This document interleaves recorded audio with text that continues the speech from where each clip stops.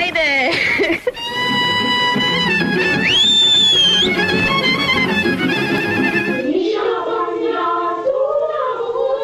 Iz kafane pravo u Hollywood. Čuvena pesma Niška banja našla se u hollywoodskom filmu Hor dečaka u kojem glumi slavni Dustin Hoffman. Vest je odjeknula širom Srbije, a za Nišku banju oduševljenje. Dobra pesma, sviđa se svuda. Ja sam se oduševio, nisam znao riječi.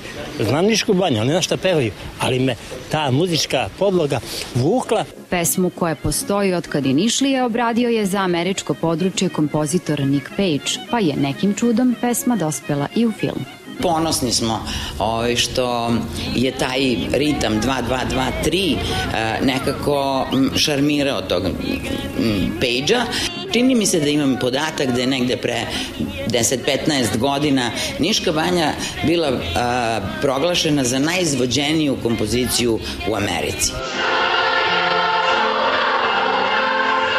Poslednjih godina čuvenu numeru izvode i horovi širom Amerike. A zašto je toliko primamljiva, Nišlijama je jasno. Melodija pokreće organizam iznutra. Ne mora da znate riječi, ali sami ti melodijski elementi teraju čoveka na neko raspoloženje, na neku lepotu. Himna naše Niške banje. Za Nišlije živa zgoda. A kako je zgoda postala za Amerikance?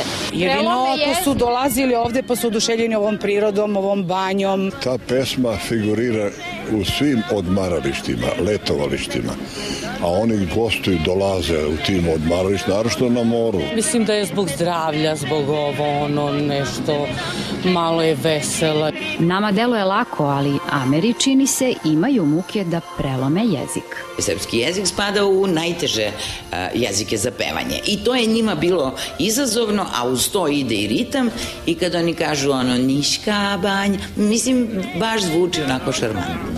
Građani kažu da u Niškoj banji nemaju baš šta da pohvale, ali zato imaju šta da pevaju. Ko zna, možda od Hollywooda bude i neke konkretnije vajde.